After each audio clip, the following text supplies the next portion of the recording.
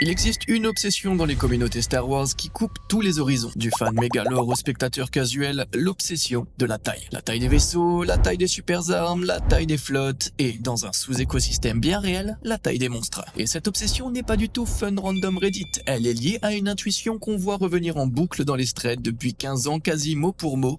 La vraie verticalité du monde de Star Wars, c'est l'échelle.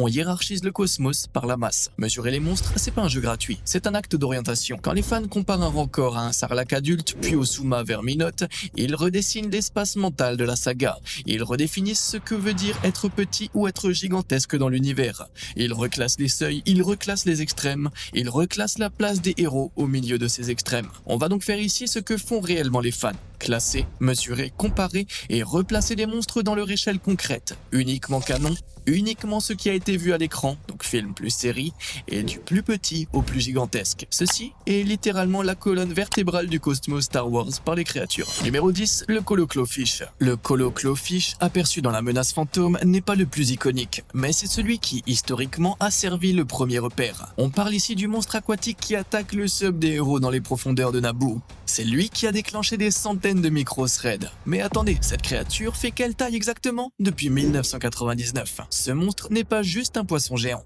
c'est un apex sous-marin dans un environnement déjà rempli de créatures dangereuses. Sa taille exacte est difficile à quantifier parce que l'on n'a pas de repère humain stable dans le plan, mais la majorité des analyses des fans estiment un ordre de grandeur d'environ 20 à 30 mètres de longueur minimum.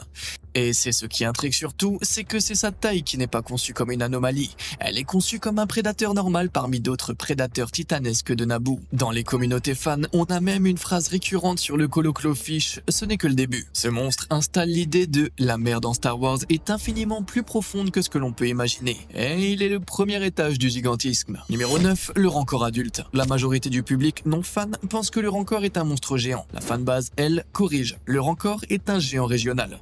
Ce n'est pas un titan planétaire, mais c'est un être de plusieurs tonnes, de plusieurs mètres de haut, on est autour des 8-9 mètres pour un adulte large, capable de manipuler, saisir et broyer. La vraie particularité du Rancor, c'est qu'il a une dimension semi-culturelle. Il est domestiqué, utilisé comme arme vivante par des puissances locales. C'est un monstre à la jonction entre nature et politique. Dans les discussions des fans, on a souvent ce commentaire très synthétique.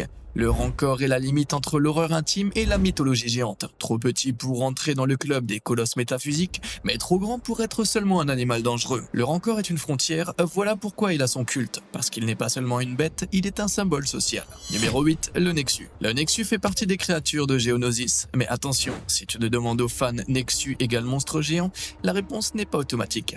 Techniquement, il est plus petit qu'un Rancor, mais il représente autre chose, l'archétype du prédateur agile, dont la puissance n'est pas dans la masse, mais dans la vitesse, la capacité à traquer et à déchiqueter. Pourquoi il est dans ce classement alors ? Parce que sa classification comme monstre persiste dans la culture des fans. Il est intégré dans la triade des monstres de Geonosis, Ackley, Rick et Nexu. Dans la structure de la saga, le Nexu représente un seuil dans la perception du danger biologique. C'est le moment où le spectateur comprend que monstre dans Star Wars ne veut pas dire lourd, ça peut vouloir dire précision brutale. Comme certains fans le disent, le Nexu est la preuve que Star Wars peut être monstrueux en petite taille. Numéro 6, le Dragon Crate. Le Dragon Crate, version de Mandalorian, a mis un coup de massue dans la comparaison des tailles. Jusqu'à l'épisode de Mando, le Dragon Crate était majoritairement un fantasme Legend pour beaucoup de fans. Soudain, on a des plans réels, on a des échelles réelles et on a une bouche qui fait passer l'idée Rancor égale jouet. On peut parler ici d'un monstre qui fait des dizaines et des dizaines de mètres, avec un corps qui se déplace sous la surface comme un ver de dune. Le Dragon Crate canon est un monstre qui avale l'imaginaire désert de Tatooine et qui montre que le sable n'est pas du vide. Le sable est un habitat de titan. Si tu es dans la team échelle de monstres et que toi aussi tu mesures mentalement les tailles en regardant la saga, lâche ton like maintenant et dis-moi dans les commentaires quel monstre tu penses être surcoté dans la fandom. Numéro 5, le Sarlacc adulte. Le Sarlacc, contrairement à ce que croient les gens, est un monstre gigantesque. C'est pas un trou avec tes dents, c'est un organisme qui s'étend sous la surface sur des dizaines de mètres, qui va très loin dans le sable avec des ramifications biologiques tentaculaires. C'est une créature dont on ne voit dans les films que l'ouverture buccale. Mais ce que les fans ont compris très tôt, c'est que cette ouverture est un détail. Le Sarlacc, c'est un système digestif géologique. Les fans ont même un mème récurrent depuis la saison 2 du Mando. Le Sarlacc est plus grand que ce que l'on croyait.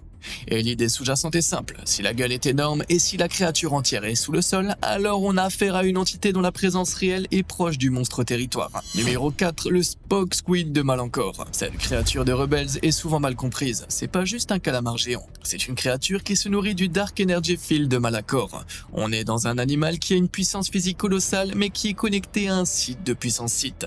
Et c'est là que les fans se sont excités pendant des années. Est-ce que ce monstre est une conséquence de la présence site ou est-ce que c'est un prédateur qui s'est adapté à cette énergie? Physiquement, on parle d'une créature plus grande qu'un vaisseau moyen. On parle d'un monstre qui donne des ordres de grandeur au-dessus du Dragon Crate. Et c'est le moment où l'échelle bascule dans une catégorie différente, la catégorie monstre qui existe dans une logique cosmologique de la saga. Il n'est plus vraiment un animal, il est relié à la géologie occulte. Numéro 3, le Purrgil adulte. Les Purrgils sont des géants de l'espace. Pas les mini, les adultes, ceux que l'on voit dans Rebels et Ahsoka. Ce sont des créatures capables de voyager en hyperespace, et ce simple fait les place instantanément dans un autre ordre de grandeur conceptuel. Les fans les classent toujours dans le top 3 ou 4 incontestés. Pourquoi? Parce que leur échelle n'est pas seulement physique, elle est fonctionnelle. Le Purrgil adulte est un organisme colossal qui dépasse la fonction du vaisseau. Et donc, dans l'échelle Cosmos Star Wars, les Purrgils sont les premiers monstres qui sont littéralement les plus grands que l'architecture humaine. Numéro 2, le Zilobist adulte. Le Zilobist, dans la guerre des clones puis dans le Bad Batch, est le pivot absolu. L'un des monstres les plus discutés de toute la franchise. Un organisme reptilien gigantesque, quasi indestructible et surtout l'obsession de Palpatine. C'est le premier monstre de la saga dont l'existence a une conséquence politique structurelle. On n'est plus dans l'anecdote, on est dans le monstre qui devient un enjeu militaire. Les monstres qui deviennent un enjeu de technologie, les monstres dont la peau pose une question fondamentale. Et si la machine ne pouvait plus surpasser la nature? Dans les threads des fans, il y a une phrase fréquente citée sur le Zilobist. C'est le monstre qui a failli faire de l'Empire une biotechnologie. Et cette phrase résume bien pourquoi il est le numéro 2. Numéro 1, le Summa Verminote. Le Summa Verminote, solo, est le sommet physique du canon, point final. On est dans un organisme colossal, titanesque, tentaculaire, situé dans un environnement quasi Lovecraftien, le Maelstrom de Kessel, et qui dépasse l'échelle des vaisseaux capitaux eux-mêmes. On parle d'une entité monstrueuse pour laquelle le Faucon Millennium est un insecte. On parle d'un monstre dont les dimensions ne sont même pas réellement quantifiables dans un plan clair. On n'a simplement pas de référentiel stable. Les fans ont une phrase culte sur le Summa Verminote. C'est le seul monstre canon où la taille n'est plus une mesure, c'est une pierre philosophale. C'est-à-dire, c'est le point où l'échelle physique se transforme en vertige. Classer les monstres dans Star Wars, c'est pas du folklore. C'est reposer la question de l'ordre du cosmos dans la saga. Qui est au centre, qui est minuscule, qui est gigantesque. Et qu'est-ce que cela dit de la place de l'humain dans cet univers? Le gigantisme est un langage dans Star Wars. Un langage que les fans ont intégré inconsciemment depuis 1999. Et si tu veux continuer ce type d'analyse, abonne-toi. On va continuer à prendre la saga pour ce qu'elle est réellement, un espace de hiérarchie et de proposition.